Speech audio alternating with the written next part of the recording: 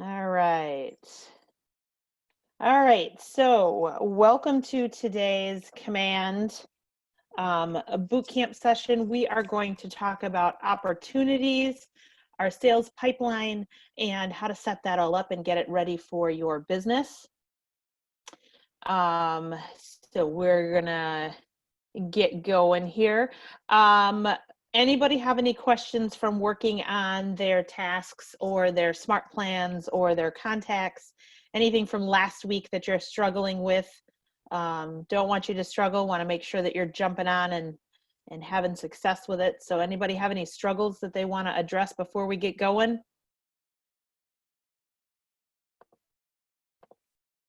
All right. So we'll just jump right in then. All right, I'm going to share my screen. And we will get started with opportunities. I'm going to move you guys down here. All right, so as we talk about opportunities, so class is pretty much set up. If you haven't noticed, we're going right down the left-hand side applets here. So opportunities is going to be in this handshake icon right here. We're going to click on that, and we'll do our initial exploration of the dashboard here real quick.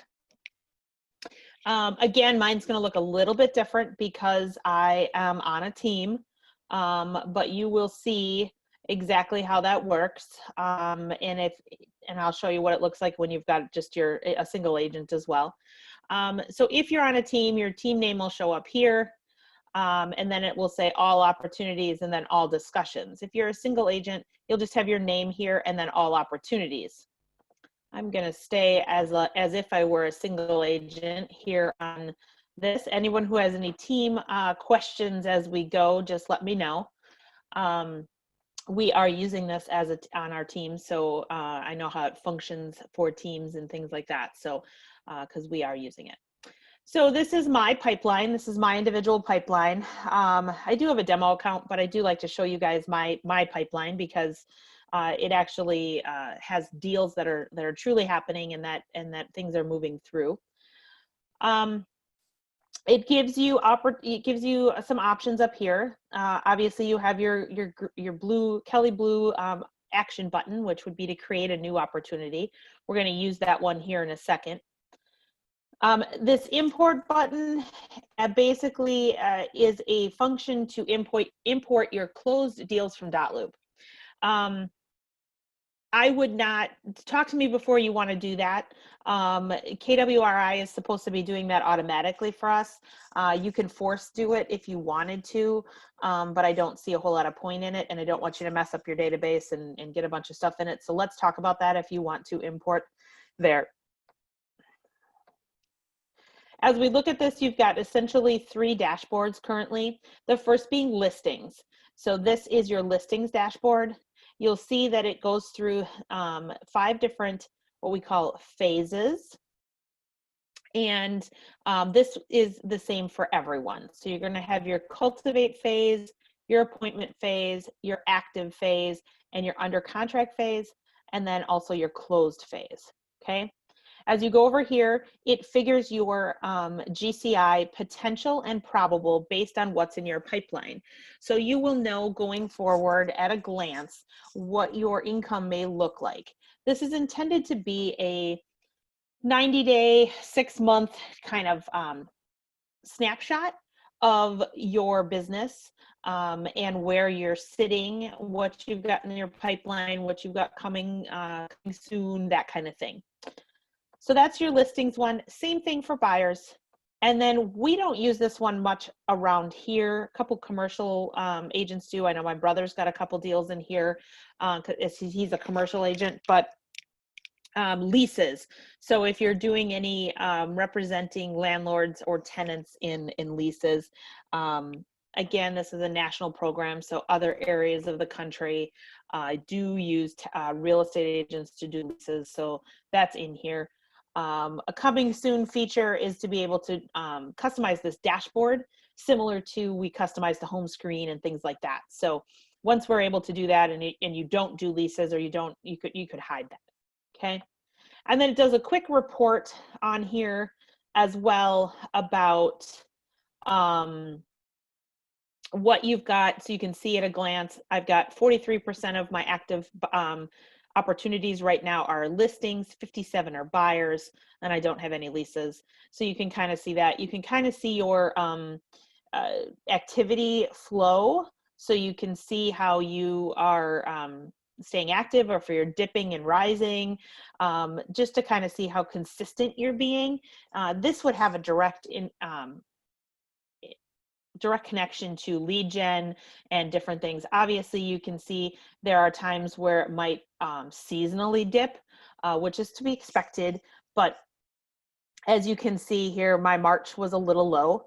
And so now I need to go back and think about, what did I do in January, February? Well, this March, we all know what happened. Called Corona. But I'm bouncing right back and continuing forward. So we shouldn't have any, I should be able to even that back out for going forward. So once you get your deals all in here, you can start to see those trends, which is really kind of nice.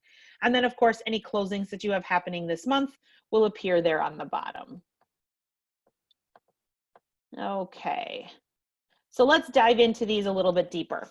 As I asked for homework on Friday, everybody should have sat down and kind of talked about their deal flow, their workflow through a deal, their stages, their different activities that they're doing at different points of the deal. And this is where this comes in. So we need to set up and customize our pipelines for our own businesses. And the way I kind of think about it is big buckets and little buckets. It's the easiest way that I can kind of explain it. So the big buckets of cultivate, appointment, activity, under contract, closed, those we can't change. Those are set for everybody. They're all the same for everybody. But if we dive into one of these, you will see that it breaks it out into little buckets. Okay, so I hit the cultivate phase, I hit the cultivate phase, and underneath that, there are different stages within that category. So, oops, sorry. My antivirus is trying to scan while we're doing this. All right. Inside each one of these, if I click on appointment, you'll see that they change, but there's still little buckets, as I call them, or stages underneath each one of these. So this is your opportunity to customize your business to the way your brain works, the way you want to think about it, the flow in which you have your business happen. And so you can go in and change these things. So let's talk about cultivate. There are multiple ways that people use cultivate. Essentially, it is somebody that you have a two-way conversation on. These would be the people that say, I'm going to list, but I'm going to wait till spring. Oh, we're possibly thinking about selling in the fall. Those types of people that you don't have a set in stone appointment with, but you definitely need to be in touch with more often than just in your database. They need to be somebody that you're maybe really increasing your marketing on, maybe they're the people that are on the bi-weekly neighborhood nurture, so they're getting information every 2 weeks.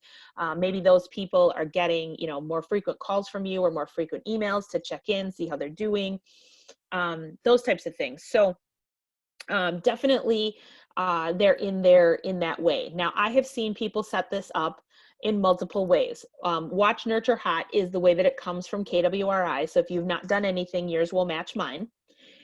If I have seen pipelines set up as detailed as 12 months, 11 months, 10 months, 9 months. You can create as many stages underneath these phases as you want. So let's talk about how we're going to edit those, okay? The first thing we're going to do is come up here and we're going to go under Edit Stages. And when I click on that Edit Stages, you will see that it pops up with the 3 that are here, okay? And of course, I've got the pencil. So I can edit the name of this if I want to call it someone different. Sometimes people call them cold, warm, hot. Sometimes people want to put timeframes on them. Sometimes it just, whatever you want to do is fine. You just sit down and think about how do I think about people that have given me, or how do I want to market to those people differently? How do I want to group them so that I know where they're at in their home buying journey? So you can break those up. So if I wanted to go in here, I could hit the pencil and I could change this to 12 months plus, or 6 months plus, or whatever you want it to say. The probability, again, goes back to that GCI spot at the end of the pipeline. So you have the opportunity when you edit this to change that probability. And basically what it's saying is, if I put somebody in the watch category, or I put somebody in the 12-month category, or something like that, whatever my first category is, out of 100 deals I would put in that, how many am I going to get all the way to close? And KWRI basically gave us this probability of 5%. If you know your numbers are better, put it in, jump them up. It's basically just going to change that number on the end. That's the only place it's going to show up, is it's going to change. Let me back that out and show you. It is going to change these numbers over here. Okay. So basically what it's done is I have 6 listings in my active pipeline right now, and based on the probabilities that each one of those in the stages that they're in, the probability is that I will close $20,000 worth of commission income off of that. But the potential, all 6 of those deals put together, is a $35,000 commission income. So you can see that it's either allowing for some deals to be lost in this opportunity or appointment stage, or it's allowing for deals to not actually close once I sign the listing. Okay. Same thing with buyers. You can see I've got buyers in Cultivate, I've got buyers in Appointment, I've got buyers in Active, and I've got buyers under contract. And so you can see those are all figuring into this over here. Any questions on the overview or the pipeline itself? All right, let's dive in and start customizing this for everybody. All right, so there are 2 things that we want to think about while we are customizing this pipeline for you. First of all, you need to, again, think about what stages you want under each one. Cultivate's that's a hard one to start with, so we're going to jump in and talk about Active. Because Active, a lot of people have a lot of different things, and I'll show you 2 examples here because my brother and I think about it a little bit differently.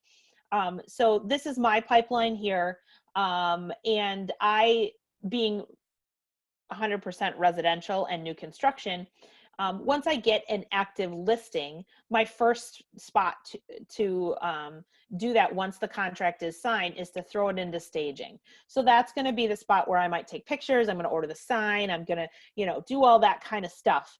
And then once I get done with all of that, then we're actively showing that property. So it's going to sit in this middle category here that says showings. And once I get an offer, I'm going to move it to negotiations and onward. Now, when I say move it, these are what they call cards, okay? So if I go anywhere on the card and I click, you can see the hand and it grabs that card, and I can move it to any other spot, not only on this particular phase, but if I grab that card and, somehow I missed it, we didn't hit negotiations, we went straight to under contract, you can see there that the box behind it turns blue, and that would drop that into the under contract phase, okay? Otherwise, I can move them stage to stage this way. Just grab it, drop it, and now it's in negotiations, okay? So that's how we, move the deal along the pipeline, so to speak, once it's in there, okay?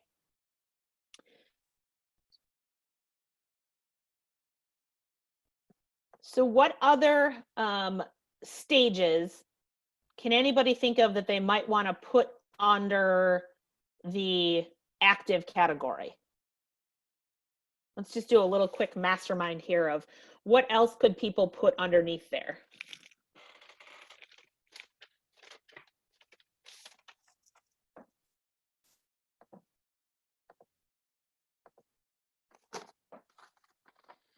So I have a couple of examples, one of which I kind of modeled mine after. I really like it. I actually have this electronically, and I will post it on the hallways page when I post this recording. So you guys can take a look at it. It's got a couple of different things on it. It basically breaks out all of these different stages, and then also adds some checklist items. So we're going to talk about the checklist here in a minute. But basically that's what they've got on theirs. I have a second example that a couple of other agents has shared, and they actually sit here in the active, and they would put this first stage, it's called listing documents signed. And so it would do all the things that you have to do, enter into the MLS, do all that kind of stuff.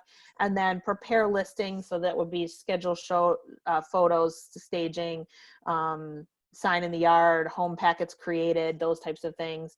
And then it goes to active listing and then negotiations. So they just break up their workflow a little differently. That's part of the reason that I asked you to sit down and take some time and think about your workflow, because there should be some obvious places where things can be grouped together. If you sit down and you think about appointment, okay, so great, I got an appointment. I've scheduled it. Now what do I do? And somebody will say, well, you get ready for the appointment. Well, what does that mean? Are you creating a CMA? Are you creating a listing packet with all your listing materials in it? Are you printing off all the contracts? Are you preparing an MLS data sheet? What types of things do you all do? Do you print those things yourselves? Do you send them to a printer? Do you do it electronically? All of those things that we just kind of do are the things that I'm asking you to kind of write down and think through, because they will become important to try and leverage. A lot of times I see single agents, myself included, that we just do.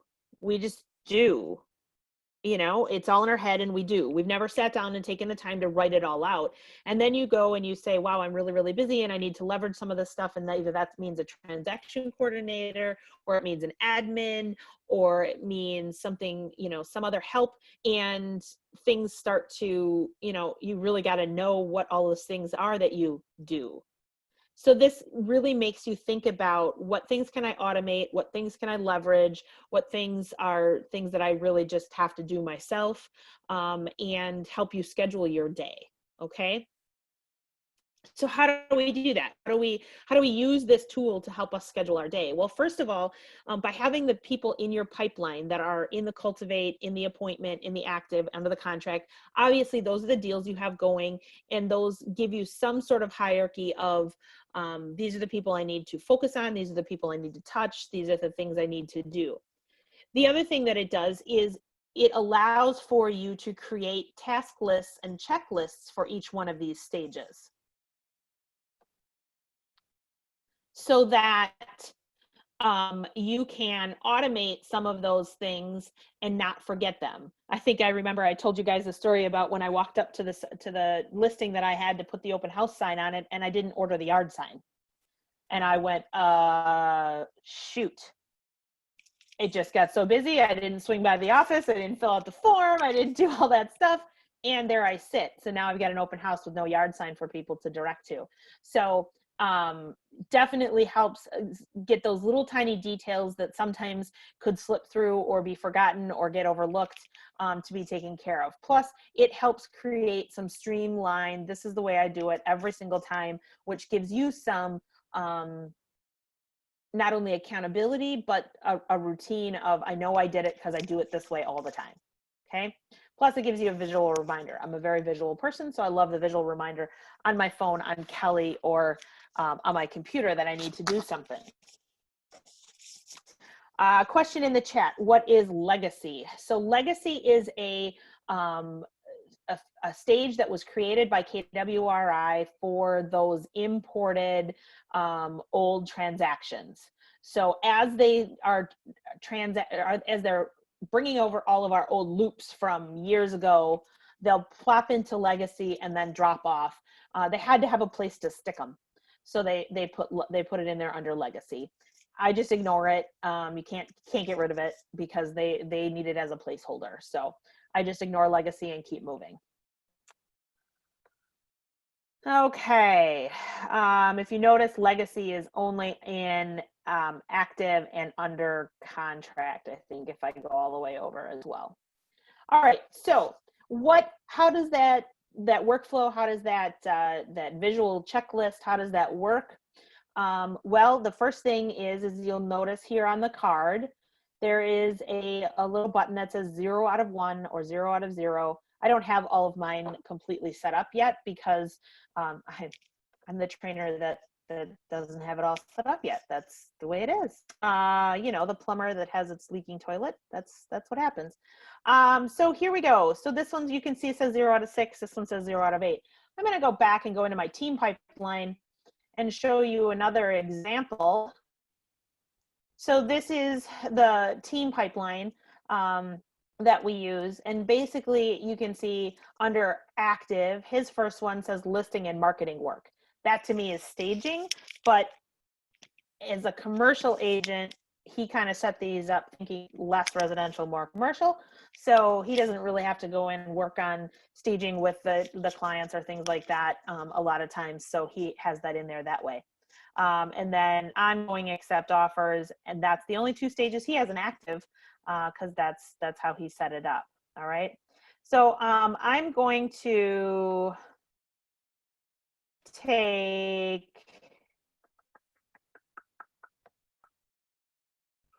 this listing right here that he's got, and I'm going to put it back in listing and marketing work.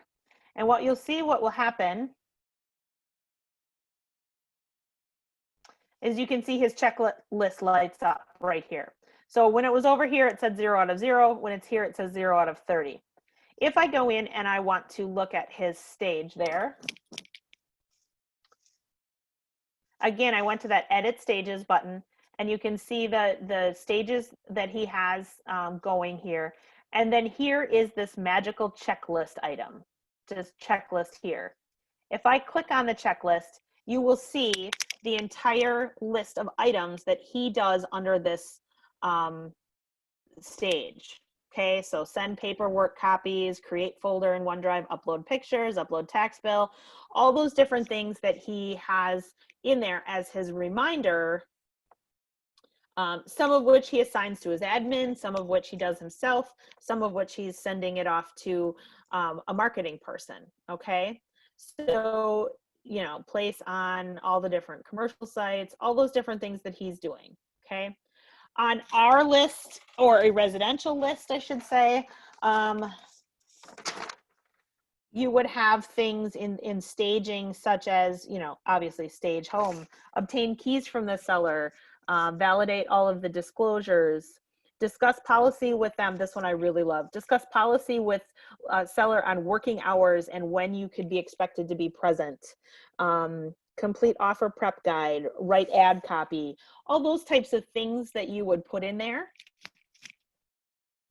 that you would do at that particular point in a deal. And again, a lot of times it's just a matter of that we do it and we don't even think about it, but we need to make sure that we're formalizing that so it will make it easier for you on leverage later. Now, as you can see, I grabbed that card and moved it over here, and it went back to 0 over 0 because in this stage, he doesn't have any checklist items. Every time you grab this and move it from stage to stage, it will activate the new checklist. Okay, so you drop it in, you let it sit, it will create that list of tasks. Okay, and again, those tasks will end up on your task list for you to do.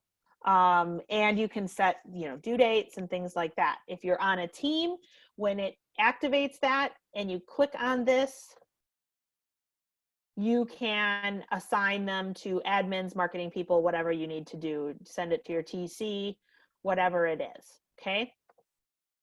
If I put this back over here, he's going to love me because I keep activating it, but I put this over here, I click on this, and now you can see here's all the items again. If you're on a team, you can assign that to someone, or you can set a due date. Okay. You can also just complete it off of here by check marking it here. Okay.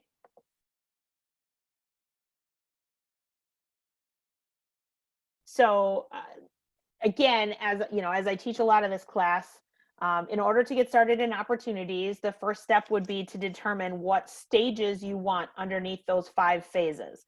And they're different for listings or for buyers. We've been talking a lot about listings. We'll flip over in a minute and talk a little bit about buyers. But they can be very different, and there are obviously some things that are very, very much the same. So we want to make sure that we're setting this up and formatting it the way that we want to have it set up before we get started. Reason for that is once you start entering opportunities, and then you go, if you were to enter a bunch of opportunities and then go back and try to format your checklists, the opportunities that you started would not get those checklists because they were done in reverse order. So what we want to do is set this all up, get the framework in, and then go ahead and upload our opportunities.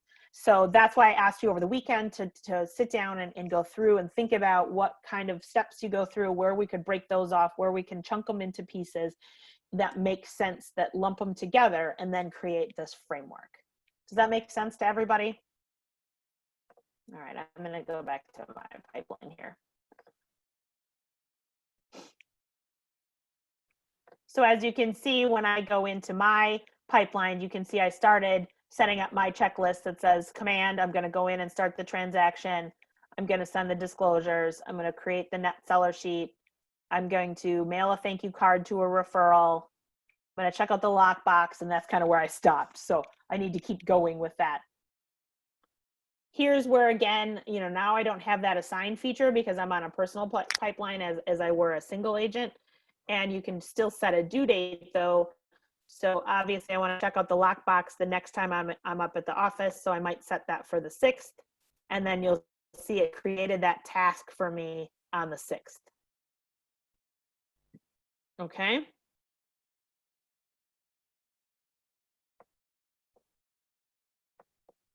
Any questions on setting up that initial pipeline? I know I kind of went through that kind of fast because there's a lot of stuff to cover in this session. So any questions at all, just stop me immediately so we can get them taken care of. Because if you're wondering, so are some other people. We got quite a few people on the call today. So is there a default checklist or template we can just add items to for each phase? There is not, but as I said, I will post these I have 2 examples of checklists that I have found from other agents that were nice enough to share. And I will post those on Facebook with this recording. After, it's usually about a half hour after we get done, the recording is available. So I will post both of those. This one, I don't know if you're gonna be able to see this with my background. Try to hide myself here. Nope, can't see it. It's not gonna work. But it basically breaks it out into the phases and then checklist items underneath it. So it's at least a place to start. But if you really just kind of sit down, or the next time you have here comes a new listing, okay, great, what am I doing? And just document for yourself what you're doing. But that's a really great way to do it too, to just kind of be very conscious of what you are doing.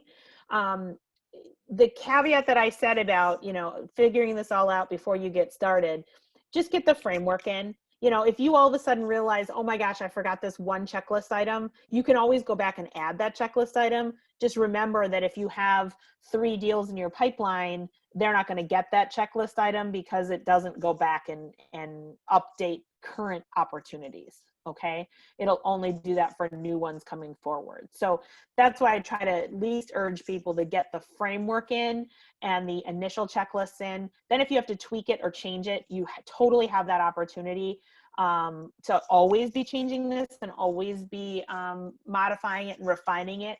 But to get those initial ones in, the obvious ones is my recommendation. All right, I will post those all on there. So as you can see, you've got your 5 phases up here. You've got your stages. We've got those all set up now. We've got our checklists in. This is basically what we're going to do, how we're going to move the deal through the pipeline. Okay. So buyers are very similar. You have the same 5 phases. It's just when you go into, you know, the different stages, things might be a little different. Like these people are searching. They might be set up on a listing cart. They might be set up on a saved search on my command site. So they're just sitting here waiting for the perfect house to come around. And then your under contract might be a little bit different. Because I have things like inspections, appraisal, financing, you know, those are the stages that a buyer would go through. On my listing under contract, my first step is earnest money. It's my double check to make sure that my earnest money came in. Okay, yep, now I'm moving on to inspections. So it's just a double check for me to know that those things are there. Now, if you pop yours up automatic, or the first time you pop yours up, either, and in any of these under contract ones, either listing or buyer, and you haven't changed anything yet, your first stage here will be escrow. That's the easiest one for all of us to change because we don't go under escrow. That's something that other states do, but we don't have an escrow system. So that's the very first one that I changed. And you can put anything in there and follow that framework that you set up for yourself. Okay. I like these boards. I know somebody brought up at our last session about the tasks being kind of like a Trello board. Opportunity is even more like a Trello board. So you can see that these are tasks, these are things to do, and then you can move them along as you go down, up and down the different sites, so that it creates tasks for each time that you move them. So it's very similar to Trello if you've ever used it. If you don't like looking at it this way, if you get, you know, if you're super busy or you can't find things easily because the cards are too big, you can go here and switch it to what they call list view.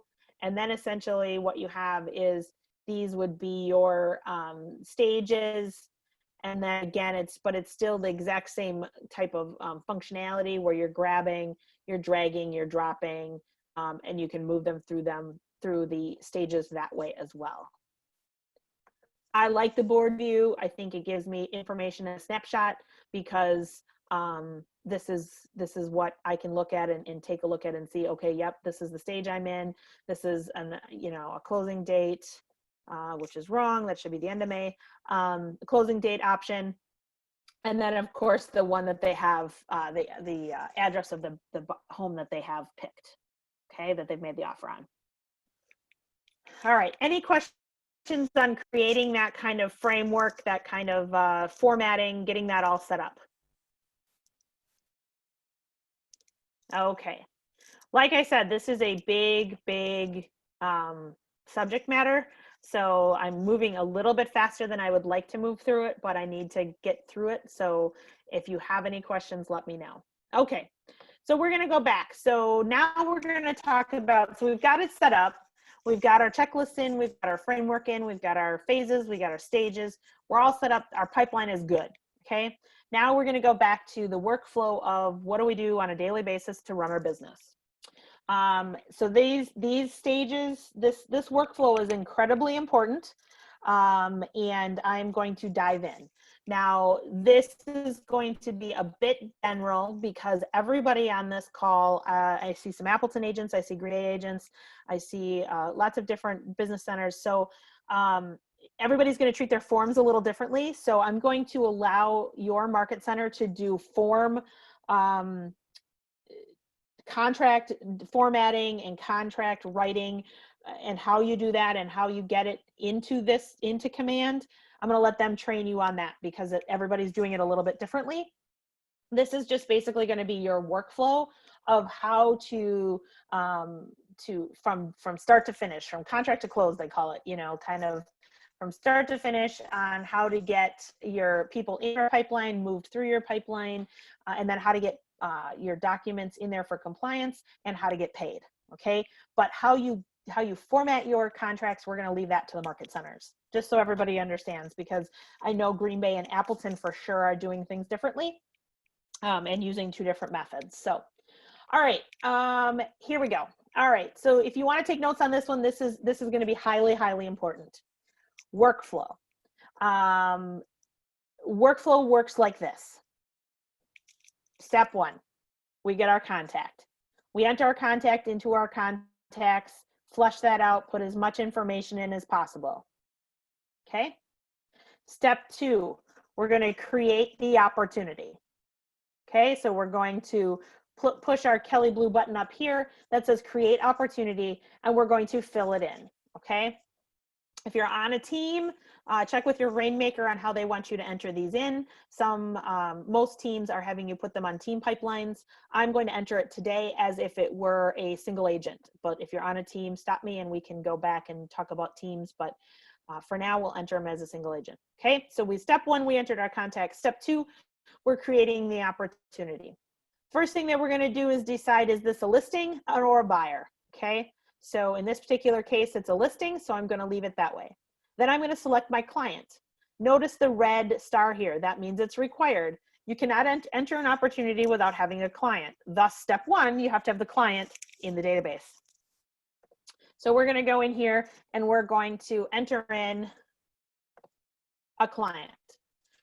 If you had this client had a relationship with someone, whether it be a spouse, a business partner, something like that, and I clicked over here, that person would come up here as a suggested co-buyer. If I put somebody in here that I know has and you can see here's the related contact. So I don't have to try to remember the husband or the wife's name if these are new clients to me, because it will tell me who it is. Okay. So I'm going to enter in this client. Now, if it's a listing, your best practices is to put the address in here instead of just their last name. Especially with this particular client, for me, I'm listing multiples of his properties. So if I put Jeff Novak listing in each time, I'm not going to know which listing is which, right? Plus the MCA office in both MCAs, this is the same across Green Bay and Appleton. They would like the address in the opportunity name for easy searching for them. So you're going to name the opportunity with the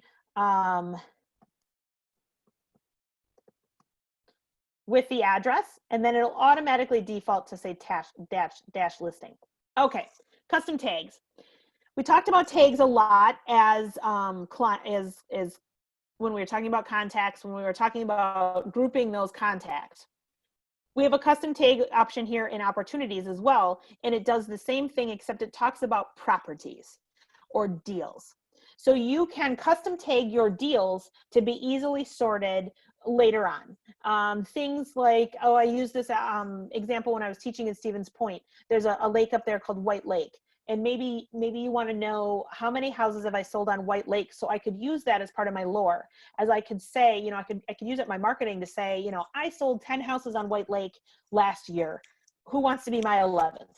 Or something like that. It's easy for you to then go in and search and say, I have, you know, this many of this particular type of deal. So in my circumstance, I think about things like, what is new construction? I happen to sell a lot of lake properties down here near Green Lake, Puckaway, you know, Butamore, Winnebago. I got lots of different options. So I do sell a lot of lake properties. So I want to know how many of those that I'm doing. Maybe I'm looking at who's the investment. And then because I work in a lot of different little towns, I also try to track that.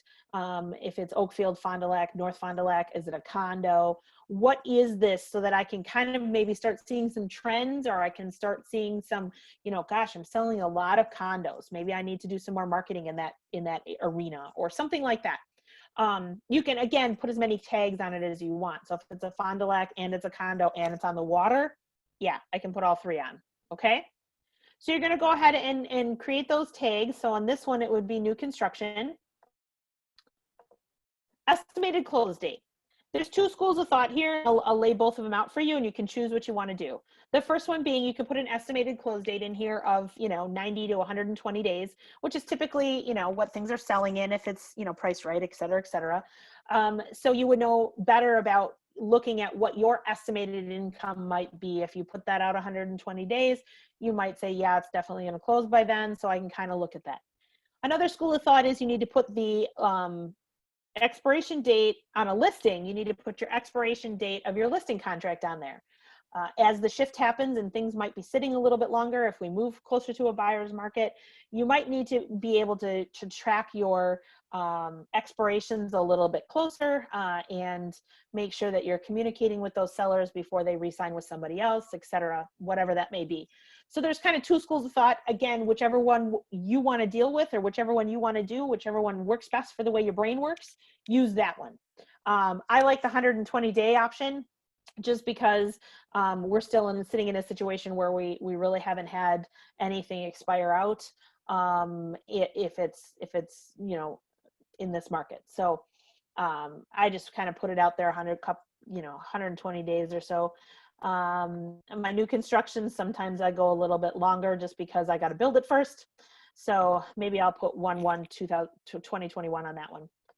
Estimated listing price. So in the perfect world, in my perfect world as an instructor, you're going to be putting this in as a cultivate. So you're not going to have an exact listing price because you're not going to have a listing contract, but you know approximately what that house might be worth. So lot 17 is a condo. So I'm going to say that I'm going to market that for $225. I'm not exactly sure where it's going to land yet, but I'm going to say that that's what that is.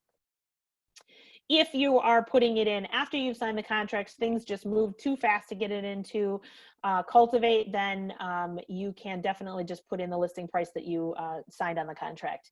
You don't need to go back, okay? Commission rate. Make a note on here that this is a point at which we have to stop and take a minute. Commission rate. You are going to put in the commission rate on the sell side only, okay? So we can't really talk about commissions, you know, publicly and that. So I will just give you my example. My example is I sign a listing contract for 6% and I offer a co-broke of 2.4. My commission rate that I'm going to put on my listing opportunity is 3.6. We do not put the entire 6% on there.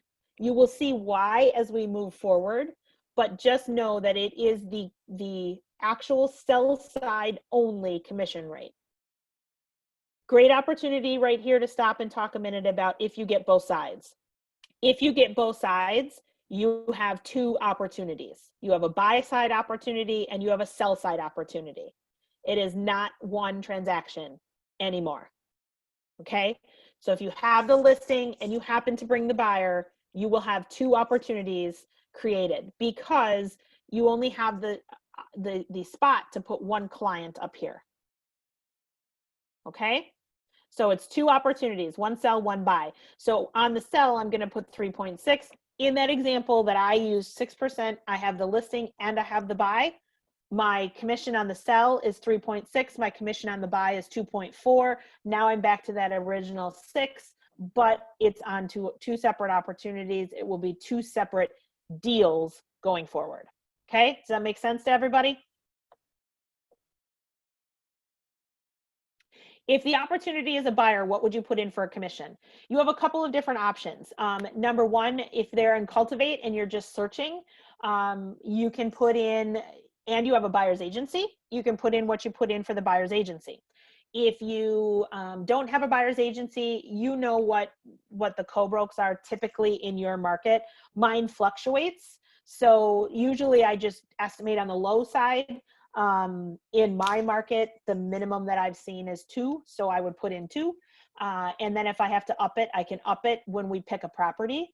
But at the point that I put it in here. Now, this isn't locking it in. This isn't saying there's no negotiation on it. This isn't saying it doesn't change. It's saying this is the estimated that then creates this probable and possible potential income over here. Okay. So we're just kind of getting a number in there. It is totally editable down the road. Okay. All right. So remember, you're only putting in the sell side. And then you can turn around and put what phase and stage you want to put it in right away. So again, in my perfect world as an instructor, you guys are going to be putting it in to your first cultivate stage because it's something that's super new. If not, you can go and plop it right into, you know, okay, I've already scheduled the appointment. It happened so fast, I didn't even get in a cultivate stage, so I've already scheduled the appointment. Okay? Any questions on creating the opportunity? All right, so in this particular situation, I'm going to hit create.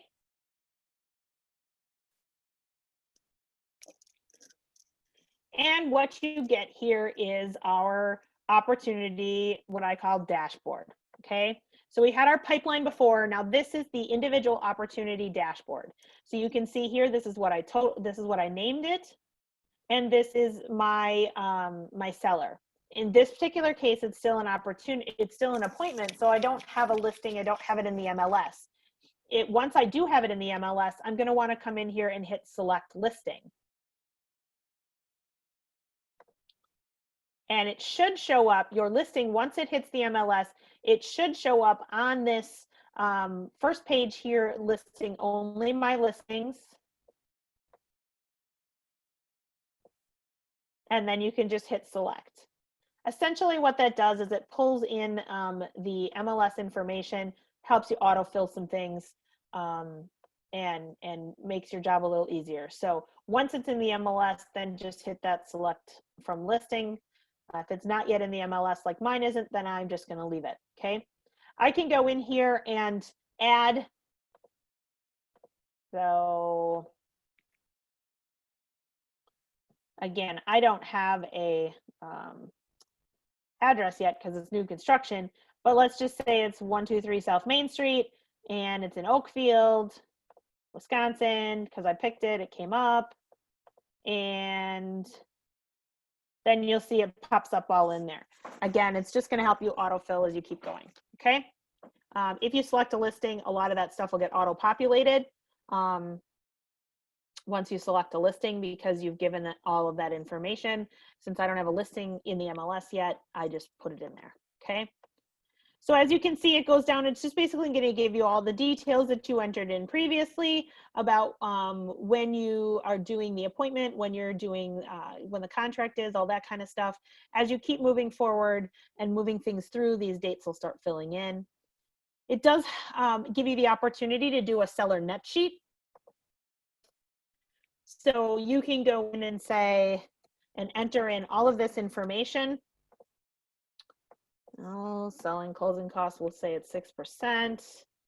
He has to pay a thing. There's no mortgage balance on that one. You can figure that all out. So once you have all that information from your seller, you can go ahead and put that into a seller net sheet. And it will fill all those things in for you, okay? I also toggle this button on here when I'm ready to start accepting offers, because essentially what this will do is it will help us coordinate the offers and their payoffs and things into one easy document for them to save, and that we'll send to them at that time. Okay. All right, so details, you've got those all figured in, you're good to go. The second thing over the top here is seller profile. So we're going to talk a lot about the consumer stuff by the end of the week. I think it's Friday, I think. But this actually is, if your seller is registered on your app, it will show up on here that they are registered, and it will help you move them through on the guide. So just remember, this is where to find it. We'll talk a lot more about it when we set up your guides and talk about consumer going forward. As we're moving along here, you've got documents, offers, commissions, notes, and timeline. So on the timeline, I'm going to kind of on the timeline here, you will see anytime you change anything, it will log everything so you can go back and look at, oh, when did I do that? When did I do this? It's a nice double check, a nice accountability piece. If I do want to enter in notes on this particular opportunity, I can enter it in, you know, had open house on such and such a date, had so many attendees, you know, something like that, just to keep track.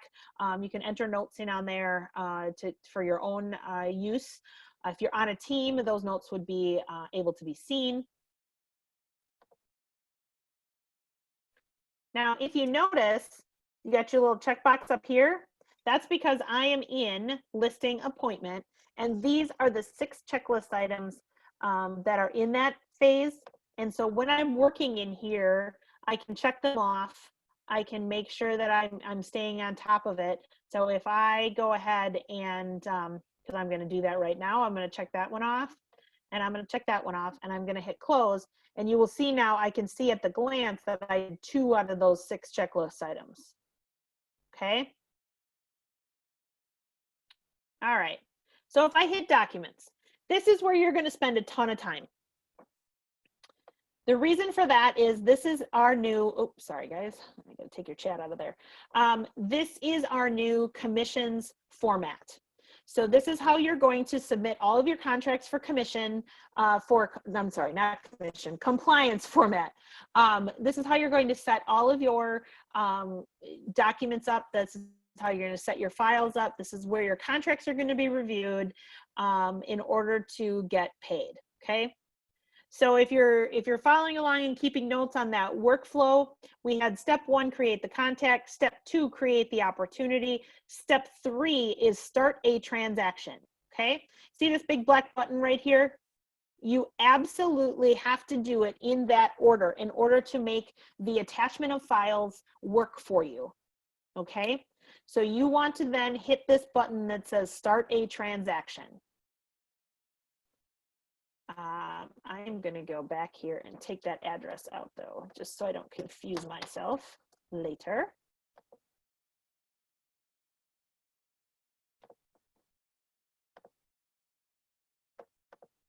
Okay, it won't, that's okay. All right, so you're going to go in here and you're going to hit start a transaction. When I hit that start a transaction, it's going to take me to Docusign. What it has done by hitting that black button, it is created the room in Docusign automatically. It has auto-filled all of the information that you brought over from command into Docusign. So when we get logged in here, you will notice that it takes me right into a room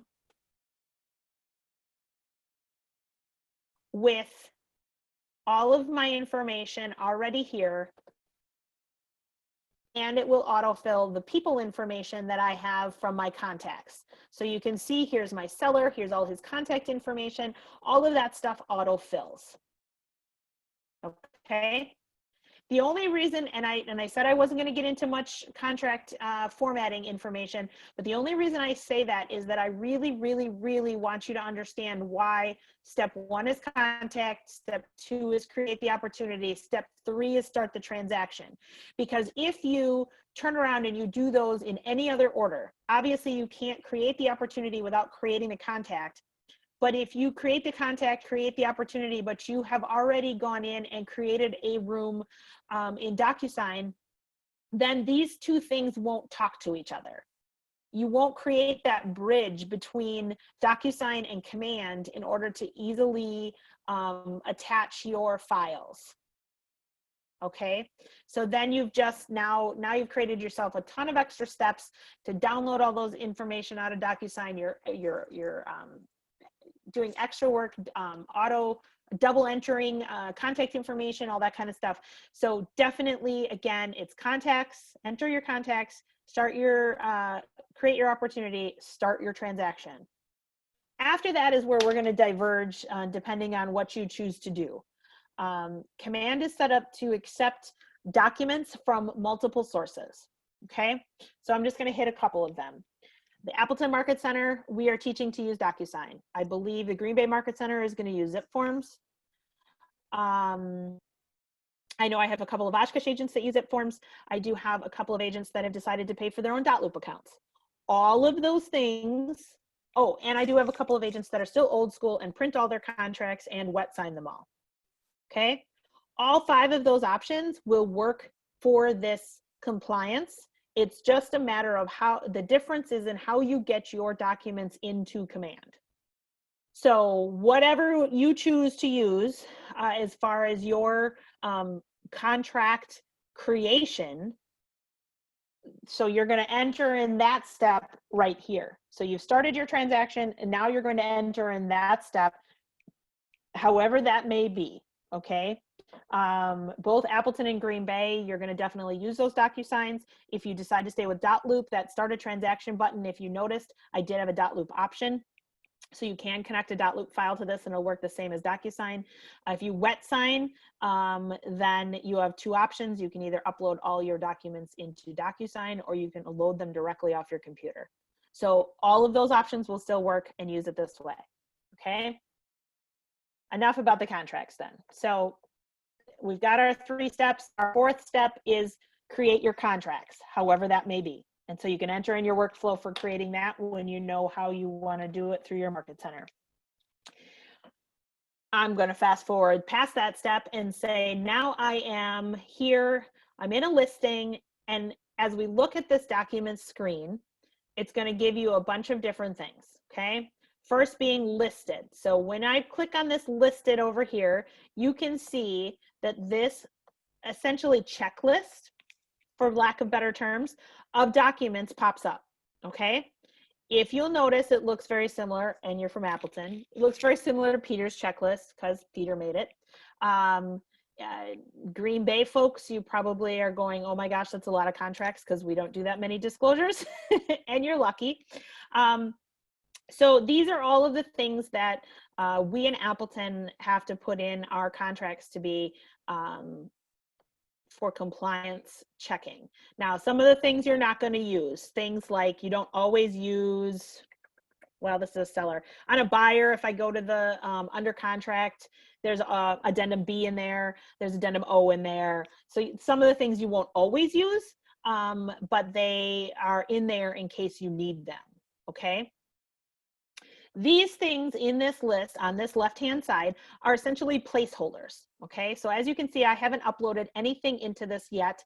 I'm gonna take you to one of mine where I have some things uploaded in a minute, and you'll see what it looks like to be different once you've uploaded everything. But you can see here, there's your checklist for your listing documents, right? Because we're on a listing.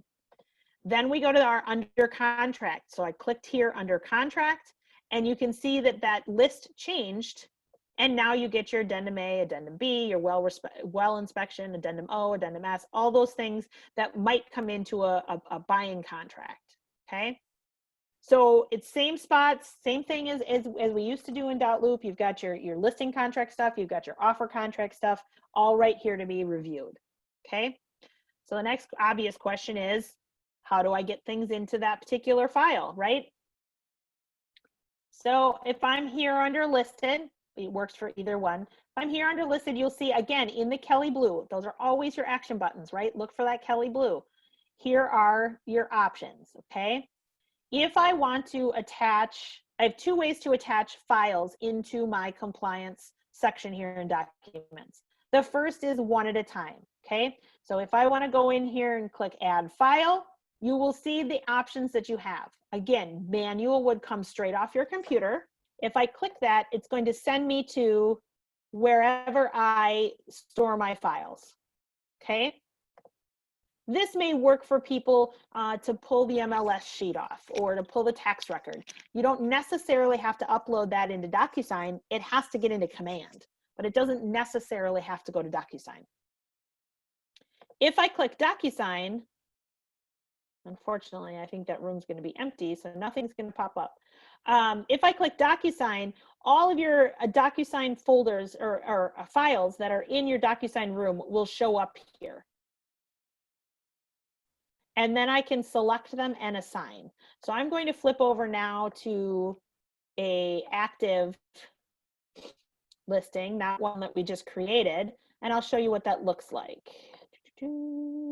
Actually, gonna go down here.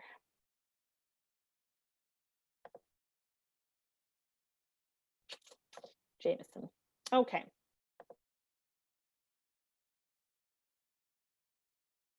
Here is one that I've fully, I have fully filled out, and you will see the difference. I'm going to click here under contract. And you can see all of my files, okay? So I'm going to go back to that step so you can see what that looks like. I'm going to hit add files. I'm going to hit Docusign. And when I do that, it pulls up all of my files, all my forms, all my signed things in Docusign, and I can just go ahead and hit attach. When I hit that attach, it will upload those into our cloud, into KW, and it will be put right onto here.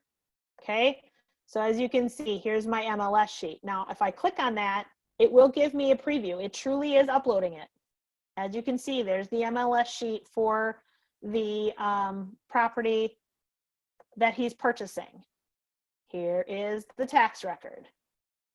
So you can always go back and take a look at what you've got. Now, these are not editable from here. They're just, you can just look at them, okay? Because they're for your compliance broker to go through and approve.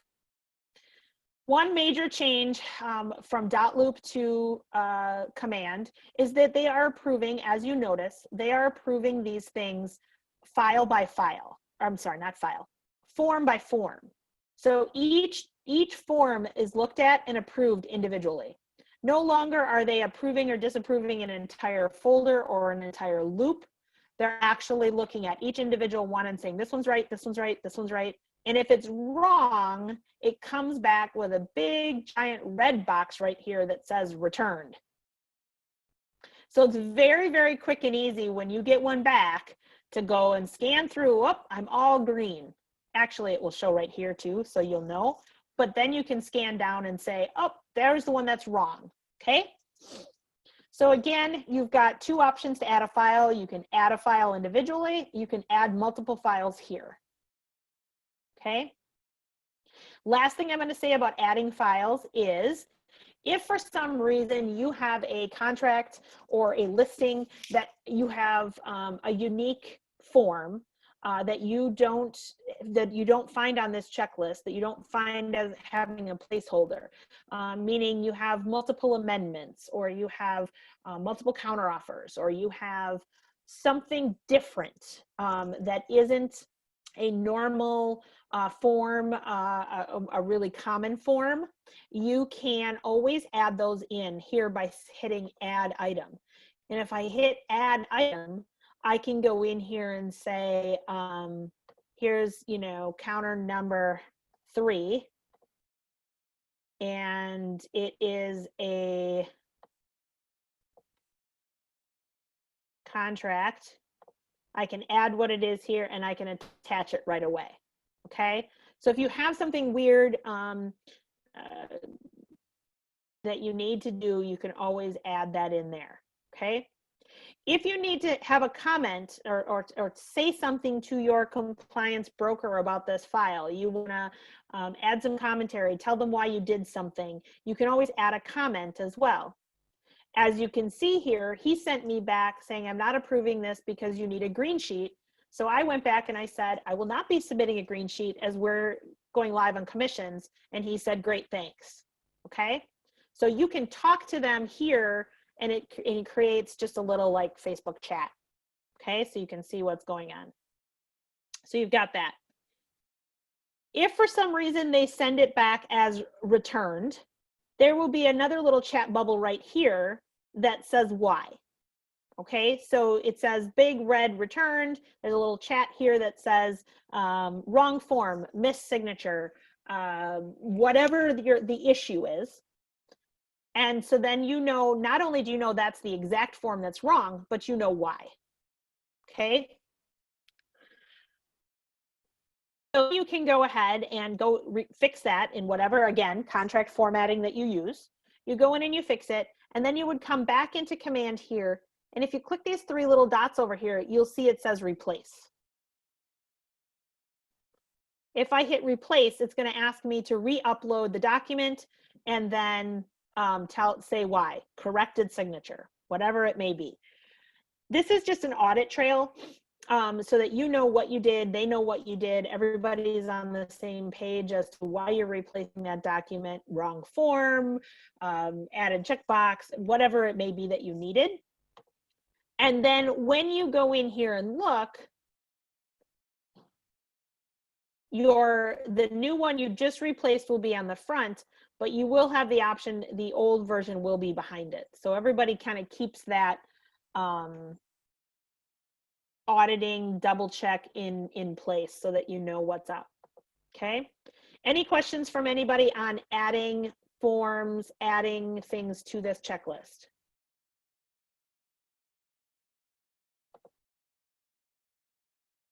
Question on the chat says, would you start the opportunity as soon as you have buyer's agency or wait until they find a house to start the transaction? I would do it as soon as you were formatting the buyer's agency agreement. Not only is that already then an opportunity, so it would be in that cultivate stage, or in the searching stage, I guess I would put it in, you know, because I have that searching for house. But this allows you to go ahead and start that transaction, get into your whatever contract formatting you're using, and go ahead and put that in, create that buyer's agency, and then you can attach that buyer's agency already to right here. It says this is where you would put your buyer's agency. Okay. You do not have to upload all of these contracts at the same time. You can do them as they happen and then just go ahead and keep going. Okay, so and every time you change something, it will prompt you to resubmit. So if you go ahead and you put in everything and you send off your listing, and then you get in your contract, or a better example is a buyer, and you submit all the contracts, and then you have to do an amendment because the inspection or something, then it's very, very easy, very quick, and convenient for the compliance brokers to know exactly what you changed, because again, these are color coded and tagged, and they're really easy for them, that they don't have to look at all the entire folder again to figure out what you changed. It's very, very clear to them. So that way, who am I on here? Okay, Jameson. So I can go ahead here. I'll show you what it looks like. I'm going to add his home inspection. And so I clicked on that DocuSign. I'm now going through all of the forms I have in the DocuSign. I did email the inspection report to my DocuSign. So I'm going to go ahead and attach that.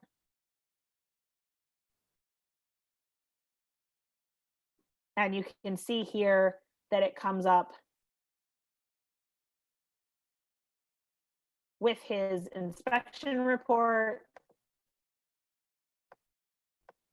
You can see at the top of this, now it went from accepted to changed, and it went blue to resubmit to my MC. Okay, so it's very, very visual as to what stage you're in, what's your next step, what do you need to do. Okay. All right, so some questions in the chat before we move on. All right, we talked about buyer's agency. Will command sync with .loop or Zipforms, or we will have to download forms onto our computer and then pull forms off of our computer? This is a command will sync with .loop. If you are going to pay for your own .loop account, we can attach that .loop to your command similarly as we attached everyone's Docusign, and it would do the same thing. Now, if I go in here, I've already started a transaction, but if I would, when I did that previously, I zipped by it quick because I didn't want you guys to see, but I have my .loop and my Docusign attached, so it actually gives me the option of which one I want to choose, which one I want to use. I don't believe that it is being as nice of a sync with your details, with your information into .loop as it does with Docusign, because of course the command engineers are spending a lot of time making that sync with Docusign, and they of course aren't going to submit, you know, kind of put that energy or time into .loop because it's not something that they are paying for. I know .loop was working on it and getting it to sync, but I have not played with it to know how much of those details will sync over. I know that it will attach your files. I know that you can create your files in there. I know that those types of things work. I just don't know how much of that details, your contact details, your emails, all of that kind of stuff will go over into .loop. I don't know how much that will do or not, what that sync is. Second question on here. I'll address the Zipforms. If you're using Zipforms, the easiest way to do that is to create your Docusign room, and then Docusign and Zipforms actually talks together really well, okay? So if you choose to use that, I'll just show you here. It does add an extra step. And again, this is contract formatting. So you got to kind of figure out which way you're going to go with it and talk to your market center about how they want you to do it. But if you are really comfortable with Zipforms, and so I'm here in my Docusign room under documents, I can go and add them directly from Zipforms here. Okay. Green Bay agents, I believe that's how they're going to teach you to do it, is to go into Docusign and then use Zipforms once you're in Docusign. The bummer about that is it does not sync, meaning because you're going one step out of Docusign to get your forms, all of your detailed information, all of the stuff that loads into these details will not flow through to Zipforms. So you're going to end up entering all that into Zipforms in order for them to autofill all the forms. Okay. Hope that answers your question. If it didn't, let me know. When you go to Docusign, does it only pick up the file you're working on or all Docusign docs? Not exactly sure what you're meaning there, but I think I know where you're going with that. So each opportunity is attached to a Docusign room. A room and a loop are the same thing. Okay, so when you tell that opportunity to go and look for documents, it's only going to look for documents in the room that you've associated with it. You're not going to be able to go and say, I've got a buyer for John Smith, and I go into my opportunity and I say attach files, and it's going to go look for opportunities from the Sarah Lanning file. It's not going to do that. It's only going to look for documents within the John Smith room. Okay. It will, however, look for different folders. So if you go into this room and you create folders, happens the same way on .loop, right? So we can create an offer folder, we can create a listing folder, we can create those types of different folders. You can do that in Docusign as well. It will look in all those folders, but it will only look in this room. Okay. If I click on this room button up here, you will see that I have a bunch of different rooms within my program. Same thing. So if you loaded up your .loop and you looked at all your different loops, this is the same thing, right? So here's all my different loops or my different rooms. Here's the room for the opportunity we just created for lot 17. Okay. Here's the same buyer, different lot. So that one's in there. This is one of my buyers. Here's the buyer that we just attached their home warranty to, or a home inspection to. So you can see it works pretty much the same way on this, and it will only look in that particular room because you've made that bridge, because you've made that connection. Okay, does that make sense? All right. Any other questions on attaching or getting compliance through your command? I know Green Bay, you guys are like jumping on it this week. So you're going to have to get started on this, but it's really super simple. It does give you that flexibility of wherever you're going to format your contracts, that you can do that and still get it in here. All that matters is that it gets in here. Again, your MLS sheets, your tax records, your assessor's records, that home inspection, for example. I wouldn't necessarily have to send that to Docusign. It doesn't have to go through Docusign before it gets to command. It has to get into command. How that gets into command is your workflow and your choice.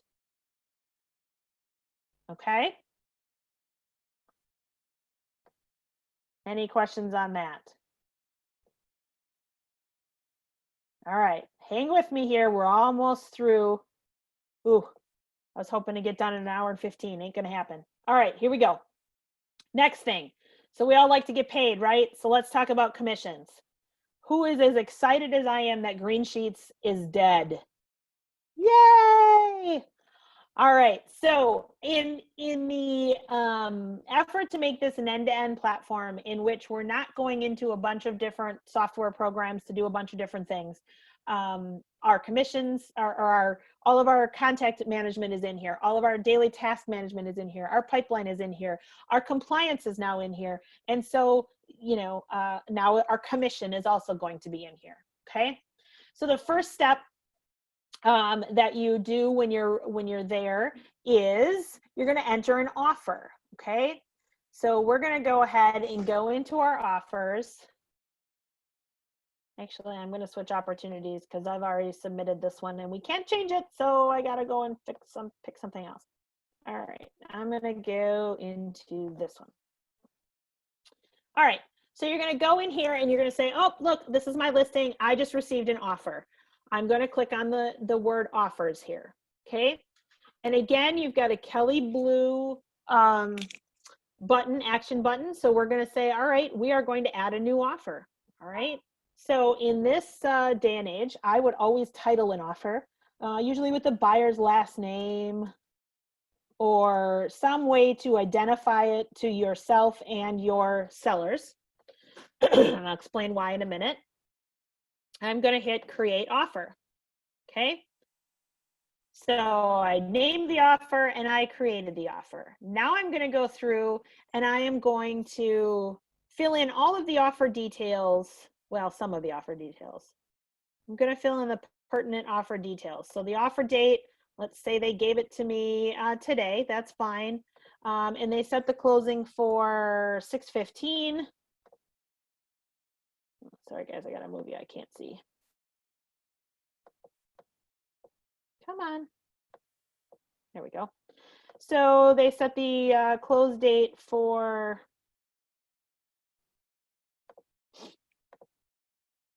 all right, so June 5th. So set the close date for June 5th, and then I'm going to hit parties. I'm going to enter in the buyer's name.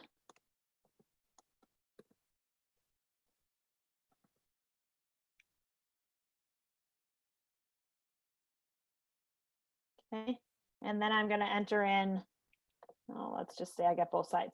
You're going to enter in the co-broke information. Okay. So this would be the buyer's agent. This is my information. I'm going to hit terms. Okay. So on the terms, I'm looking at the offer and they're going to put $12,500 down and they're going to offer me, they're going to finance 60 and the sales price is 72. Unfortunately, you have to do this math because our offer is not very user friendly to know exactly what their down is. You'll have to take the full price and then, minus their contingency amount and then figure it backwards. Earnest money, they're going to give me $500. We don't really use option or termination of options in Wisconsin, so we would just leave those blank.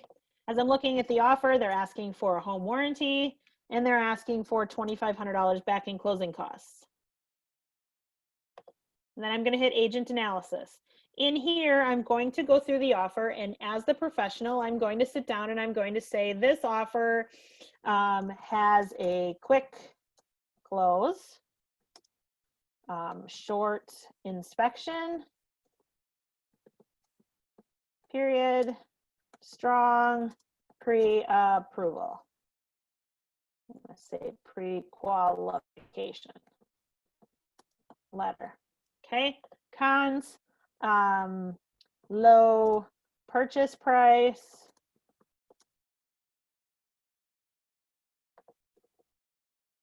Okay, and then you might summarize it a little bit and go from there. Okay. As we've talked about previously in some of the other trainings, there are things set up in Command right now that are set up and get you in the habit of doing things in order for functionality that's coming down the road.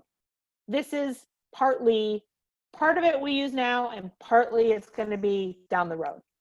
Okay, so you've entered this all in, you're going to hit save, and you will see now that I have 2 offers in for this property.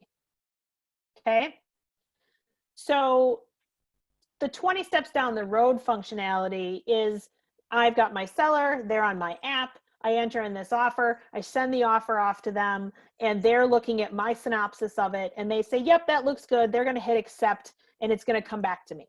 Right now, the functionality is you're going to do that, and you can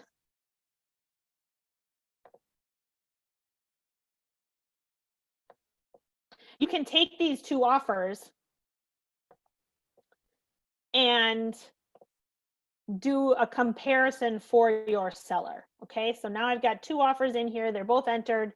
I'm going to hit compare offers, and you can see this really cool chart that comes up, and they can very quickly see, you know, the differences in them. Obviously, this is, you know, as my 2 examples, they're very different in purchase price, etc. Now, if I would have selected that seller net sheet button, remember I said toggle that seller net sheet button on. If I would have selected that, you would see here at the bottom of this sheet the amount of proceeds based on these numbers. So it will auto figure all the commissions, it will, you know, give all the deductions, and it will say at the bottom, net seller $10,000, net seller $20,000. You know, so they can very quickly see all those things. And you can go up here and email it or download it so that you have it and you can send it off to your sellers. They're going to get this stuff automatically in a few steps. Right now you have to review it and do it.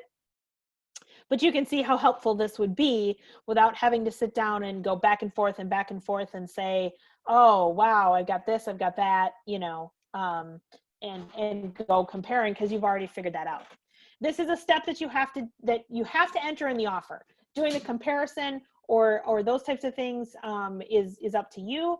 I think it's a really cool feature, so I would suggest you do it, but it's up to you. Okay, so now I've sent that off to my buyer or my sellers, and they say, well, of course we're going to take the $72,000 offer, right? They're not going to take the lowball, and you're going to come over here and you're going to hit accept. Okay, so your options on all of this is you can accept the offer, you can reject the offer, you can add negotiations. So before you've accepted it, maybe you counter, right? So if I hit this add negotiation number, I can go counter number 1. And if I hit next, it's going to take me back into that offer screen where I can change the terms, right? So they don't want so much of a quick close. So maybe we're going to take that and move that to the 15th. And then maybe we're going to tell them we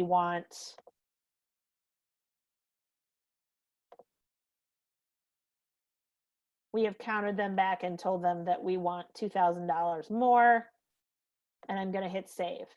And then you will notice that it pops these up and changes your offer, right? And then you can see all the different versions underneath. So you can track it and you can see what you've done, but it gives you the option to go in there and put in those counters and change those up. Okay, it's a great tracking feature. This is where we were, and this is how we go forward. Okay. All right, so in our example, we've got our offer here and we've done our counter, everything's cool. Now we're all accepted.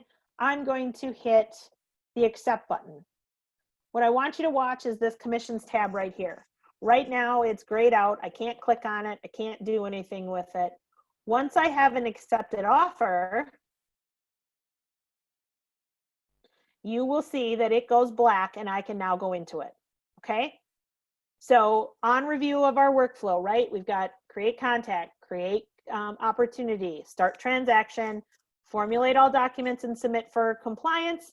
We get an offer, we submit our offer, enter in our offer details here, hit accept, and your commissions goes live. Okay, I'm going to click on that commissions button, and you can now see your green sheet. For lack of a better term, this is your commissions tab. This is your commissions sheet. This is what you're going to get paid. So on this particular sheet, it will recap all of the information that we put in from context, that we put in from the opportunity details, that we put in from the offer. It's going to take all of those things and meld them into one and autofill all of that for you so that we're not having to do all this double entry everywhere, right? Okay, so you can see here it says that that's the sale price that we did after counter number 1. Here's my commission for the list, the sale price, or the list side, and here's what my gross commission would be. Okay, the day that we decided on the contract was today, and the close date is now 6/15. Okay, it breaks up who the agent is. I'm getting 1 unit, and again brings down that commission information. And then we get to where the magic happens. So it's taking out for my royalty, it's taking out for my cap, and it comes down here for the deductions. As you can see, I just flipped my anniversary date to May 1st. So I am not capped, nor do I have my royalty paid. If at any point in this you start having deals happen, or your mid-cycle, mid-year for yourself, you will see this come around. You'll see exactly where you're at for cap, actual, and balance with every deal that you do. So you don't have to wonder anymore, or call MCA and say, how close am I? What have I was tracking them on a whiteboard for a while. Now it's all right here at your fingertips, and you've got it, okay? Please remember, however, the only place where it kind of is a little tricky is if I have 4 deals happening at the same time. All 4 deals, because none of them are actually closed, are going to say I'm at the same point for royalty and commission, or royalty and company dollar, because they've all not closed yet. So that's the only figuring that you might have to do, is you have to say, okay, I've got 4 deals closing. That's going to add this much to that, you know, and then once those all close, the next deal you do, it will update with all of that new information. Okay, so it's like a snapshot in time. All right, oh, I got a question, and then we'll move on. Oh, come on.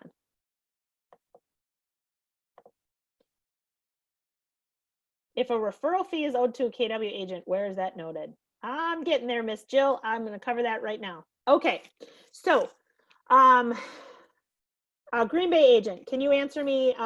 Green Bay obviously charges an admin fee. How much are they charging on a listing that you pay to your market center?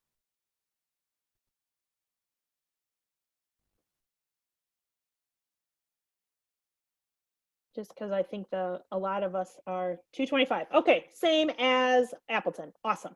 Okay. I thought it probably would be, but I wanted to make sure before I spoke. Okay, so this is a listing, right? It's my listing. So the only adjustment that I need to make currently is I need to add that admin fee on, okay? So I've got my sale price, I've got my commission, I've got that. Now I've got to say, all right, I owe the market center an admin fee, right? So I'm going to go down here to the bottom where it says add item, and I'm going to click on that. Okay, and we're going to look at what kind of item we want to add, right? There's multiple options we can add. One is a bonus, one is a concession, a deduction, inside referral, or outside referral. In this particular case for the admin fee, we're going to add a deduction. We're going to put in the $225. We're going to call it admin fee. We're going to pay it to Keller Williams.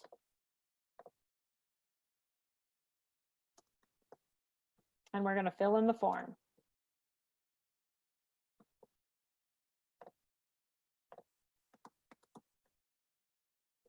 Oops, if I could type, that would be great. Okay, and I'm going to hit add.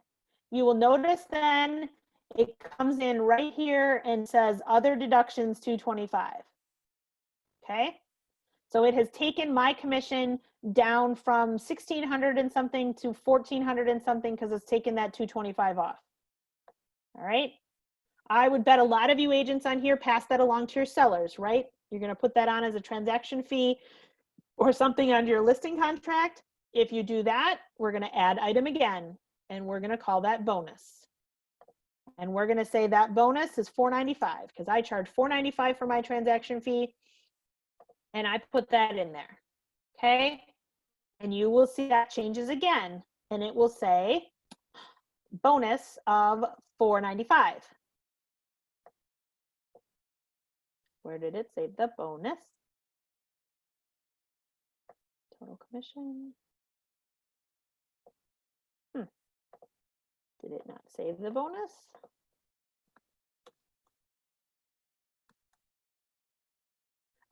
Do not ever split with Market Center.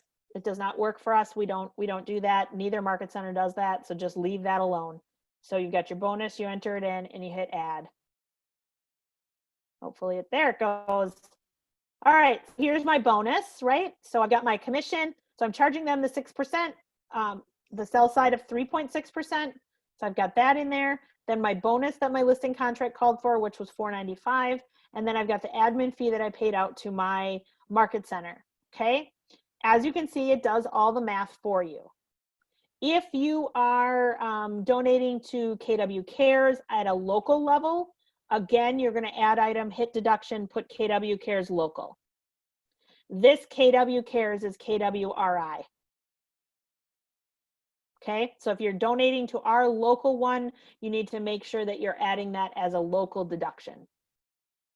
Now, the question was asked about a referral. Same principle. I'm going to hit add item. I'm going to come in here and I'm going to pick one of my referral options. Now, an inside referral is a KW to KW agent within the same Market Center.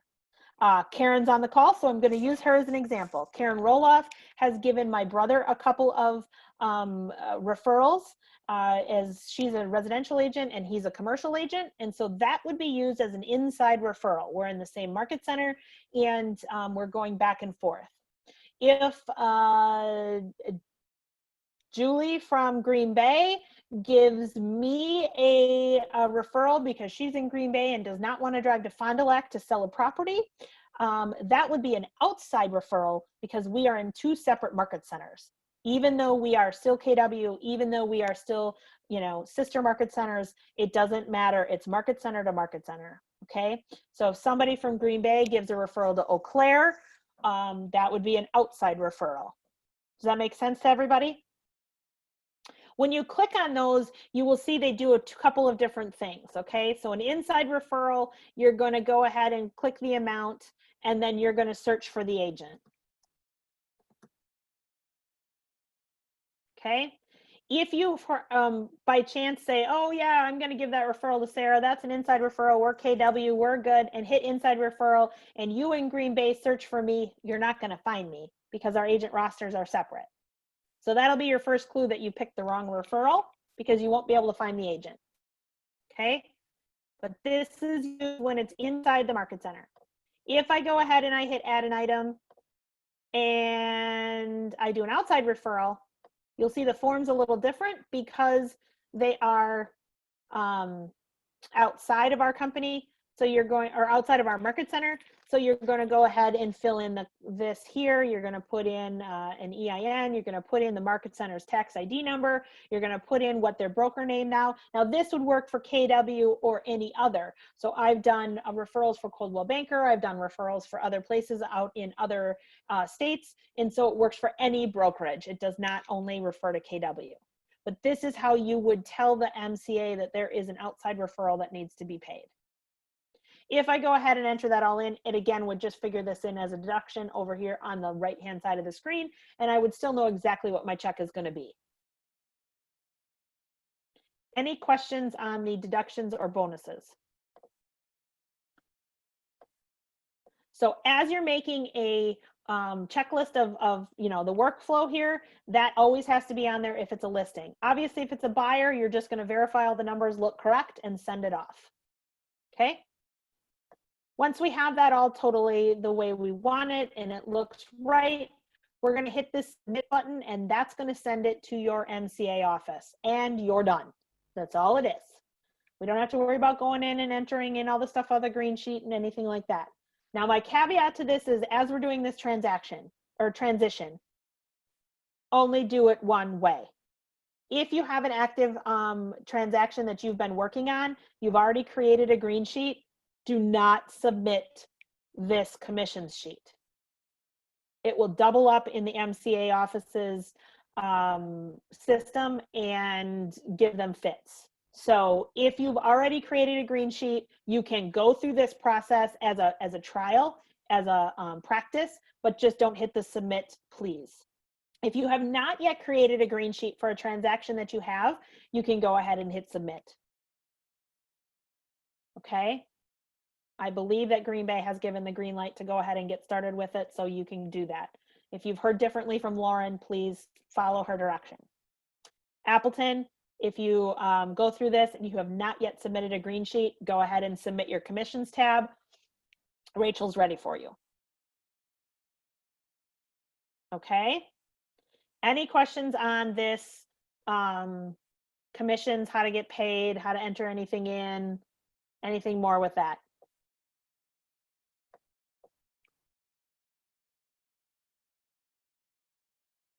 No questions? All right. Hey, it's about my third time explaining it now, so I'm getting pretty good at it. All right. Well, that pretty much wraps up then our opportunities, compliance, and commissions tutorial for today. It was a lot of information, so definitely start playing with it and get some transactions in there.